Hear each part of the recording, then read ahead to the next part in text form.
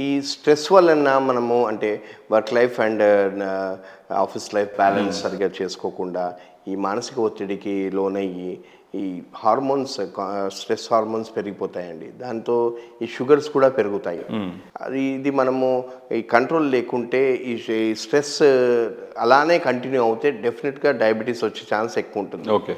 తర్వాత మనం రివర్సల్ అంటే రెమిషన్ గురించి మాట్లాడినప్పుడు స్ట్రెస్ తగ్గినప్పుడు అంటే ఆ మానసిక ఒత్తిడి ఉన్న పరిస్థితుల నుండి మనం బయటపడ్డప్పుడు ఓకే మళ్ళీ ఆహ్లాదమైన జీవితము మరియు పాజిటివిటీ ఇలాంటివి వచ్చినప్పుడు చాలా మందికి షుగర్స్ తగ్గిపోతాయి. ఓకే. ఇది లైఫ్ స్టైల్ మాడిఫికేషన్తో కూడా సంబంధించినది అనమాట. సార్ ఇప్పుడు మనకు పాండమిక్ టైంలో కోవిడ్ వచ్చిన టైంలో ఆల్మోస్ట్ ప్రతి ఒక్కరు సఫర్ అయ్యారు దానివల్ల. సో అంటే డయాబెటిక్ పేషెంట్స్కి జనరల్గానే ఇమ్యూనిటీ అనేది కొంచెం డౌన్ అవుతుంది డయాబెటీస్ వల్ల. సో ఆ టైంలో మీరు ఫేస్ చేసిన అంటే మీరు చూసిన ప్రాబ్లమ్స్ అంటే డయాబెటిక్ పేషెంట్స్కి ఎంతవరకు సఫర్ అయ్యారు వాళ్ళు డ్యూ టు కోవిడ్లో ఎక్కువ ప్రాబ్లం అయ్యింది కోమార్బిడ్ కండిషన్స్ ఎక్కువ ఉన్న పేషెంట్స్. అంటే నార్మల్గా ఒక మనిషికి ఉన్న బీపీ, షుగర్, ఇలాంటి కిడ్నీ ప్రాబ్లమ్స్, ఇలాంటివి లంగ్ ప్రాబ్లమ్స్, ఆస్తమా ఇలాంటి ప్రాబ్లమ్స్ ఉన్న వాళ్ళకి ఎక్కువ సఫర్ అయ్యారండి. ఇన్ జనరల్గా డయాబెటీస్ పేషెంట్స్కి రక్త ప్రసరణ సరిగా ఉండదండి. అంటే ఆల్రెడీ బ్లడ్ వెజల్స్లో కొంచెము ఈ షుగర్ వలన బ్లడ్ సర్క్యులేషన్ సరిగా ఉండదు. అందుకని డయాబెటీస్ వాళ్ళకు గాయాలు మానకపోవడం, ఇన్ఫెక్షన్స్ ఎక్కువగా అవ్వడము, తొందరగా ఏదన్నా జబ్బు వస్తే తగ్గకపోవడము, అంటే ఇమ్యూన్ సిస్టమ్ తక్కువ ఉంటుంది. అందుకని ఈ కోవిడ్లో ఎక్కువ వరకు డయాబెటిక్ పేషెంట్స్కి ప్రాబ్లమ్స్ అయ్యాయి. అంటే డయాబెటీస్ కూడా ఒక ఫస్ట్ స్టేజ్ హార్ట్ డిజీజే కాబట్టి అంటే డయాబెటీస్ పేషెంట్స్కి ఎక్కువ వరకు హార్ట్ ప్రాబ్లమ్స్ వచ్చే ఛాన్స్ ఉంటుంది. కాబట్టి ఈ రెండు కలిపి అంటే డయాబెటీస్, ఈ హైపర్ టెన్షన్, బీపీ ఇవన్నీ ఉన్న వాళ్ళకు, ఆస్తమా ఇలాంటి పేషెంట్స్కి ఈ కోవిడ్ సమయంలో చాలా ప్రాబ్లం అయిందండి. ఓకే. మనకి డయాబెటీస్ కాంప్లికేషన్స్ ఎలా ఉంటాయి అంటే డయాబెటీస్ వచ్చిన తర్వాత మిగతా బాడీ పార్ట్స్ మీద అది ఉండే ఆ ప్రభావం ఎలా ఉంటుంది? డయాబెటీస్ ఈ ప్రతి అవయవం మీద దీని ప్రభావం చూపెడుతుందండి. ప్రతి అవయవానికి కాంప్లికేషన్ వస్తుంది. ఐస్ చూపు మందగించడం, రెటినోపతి, డయాబెటిక్ రెటినోపతి అంటారు. ఓకే. కిడ్నీస్ మీద ఎఫెక్ట్ని నెఫ్రోపతి అంటారు, డయాబెటిక్ నెఫ్రోపతి. మరియు ఈ నరాలకు సంబంధించింది డయాబెటిక్ న్యూరోపతి అని, ఈ తిమ్మిర్లు, చీమలు పాకినట్టు తీయడము, ఇవన్నీ డయాబెటిక్ న్యూరోపతి లక్షణాలు. మరియు హార్ట్ మీద కూడా ఎఫెక్ట్ అవుతుంది. డయాబెటీస్ని ఫస్ట్ స్టేజ్ హార్ట్ డిజీజ్గా గుర్తించబడింది. ఎందుకంటే ఈ రక్త ప్రసరణ గుండె నరాలలో కూడా తక్కువ అవుతుంది. కాబట్టి డెఫినెట్గా డయాబెటిక్ పేషెంట్ హార్ట్ కండిషన్ కూడా రిపీటెడ్గా చూసుకోవాలి. అంటే ఇయర్కి ఒకసారి ఈసీజీ, 2D ఎకో ఇలాంటి టెస్టులు చేసుకొని ఒక కార్డియాలజిస్ట్ పర్యవేక్షణలో కూడా ఉంటే మంచిది. మరియు ఈ గాయాలు మానకపోవడము, పుండ్లు రావడము, ఈ ఇన్ఫెక్షన్స్ ఎక్కువ కావడం కూడా డయాబెటిక్ కాంప్లికేషన్స్ అండి. ఇప్పుడు మనకు ఆల్రెడీ ఏదైనా ఒక ప్రాబ్లం ఉందనుకోండి, బాడీలో ఏదైనా ఒక ఆర్గాన్కి సంబంధించిన ప్రాబ్లం ఉంది. సో ఆ టైంలో కనుక డయాబెటీస్ ఎఫెక్ట్ అయితే అది ఇంకా మనకు సివియర్ అయ్యే ఛాన్సెస్ ఎక్కువ ఉంటాయి కదా. సో దానికి సంబంధించిన ప్రికాషన్స్ ఎట్లా తీసుకోవాలి? ఈ డయాబెటీస్ ప్రతి అవయవం మీద ఎఫెక్ట్ అవుతుంది. కాబట్టి ఇప్పుడు ఏదైనా సర్జరీ కావాల్సిన పేషెంట్కి కంపల్సరీగా షుగర్ లెవెల్స్ కంట్రోల్లో ఉంచుకోవాలండి.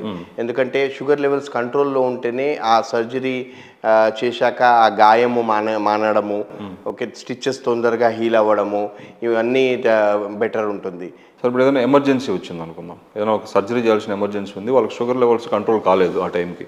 సో ఆ టైంలో డాక్టర్స్ ఏం చేస్తారు జనరల్గా? ఒక సర్జరీ ఒక పేషెంట్కి ఉంది, ఆయనకు డయాబెటీస్ కంట్రోల్ అవుతలేదు అంటే కొన్ని టెస్టులు చేసుకొని ఇమీడియట్గా ఆయనకు ఇన్సులిన్ అంటే ఐవి గ్లూకోజ్ ఇస్తే, ఇన్సులిన్ ఇస్తే తొందరగా తగ్గుతుంది.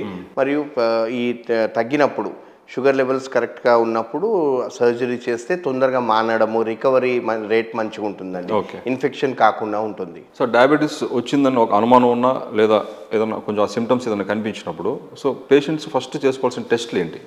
డయాబెటీస్ లక్షణాలు ఉన్నప్పుడు డెఫినెట్గా ఒక ర్యాండమ్ బ్లడ్ షుగర్ చేసుకోవాలండి.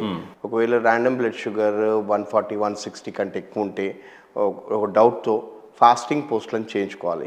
ఫాస్టింగ్ బ్లడ్ షుగర్ 90 నుండి 110 వరకు ఉండాలండి. మరియు పోస్ట్ లంచ్ 140 126 నుండి 140 దాకా ఉంటే మంచిది. ఓకే. కానీ పోస్ట్ లంచ్ అన్నా ఫాస్టింగ్ అన్నా ఏదైనా పెరిగిపోయి ఉంటే కంపల్సరీగా ఈ HbA1c గోల్డ్ స్టాండర్డ్ టెస్ట్గా గుర్తించబడింది. ఓకే. గ్లైకాసిలేటెడ్ హిమోగ్లోబిన్ అంటారనమాట. ఈ గ్లైకాసిలేటెడ్ హిమోగ్లోబిన్ 5.66 కంటే తక్కువ ఉంటే మంచిది. ఓకే.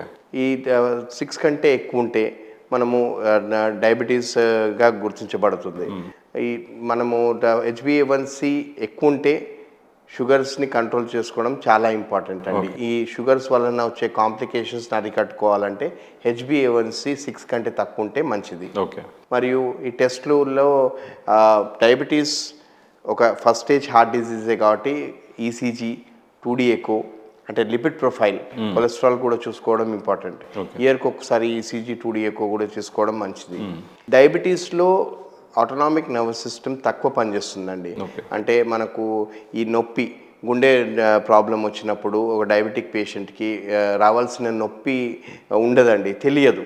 అందుకని diabetes patients silent heart attacks, silent brain స్ట్రోక్స్కి గురవుతారు. అందుకని వాళ్ళకు ఇది తెలుసుకోవడానికి రెగ్యులర్ హెల్త్ చెకప్స్ ఇంపార్టెంట్ అండి. మరియు డయాబెటీస్లో ఈ కిడ్నీ కాంప్లికేషన్స్ కూడా ఉంటాయి కాబట్టి క్రియాటినిన్, మైక్రోఆల్బుమినురియా ఇవన్నీ టెస్టులు కూడా చేసుకుంటే మంచిది. కిడ్నీ హెల్త్ కూడా ఎలా ఉందో చెక్ చేసుకోవాలి. Eye checkup compulsory.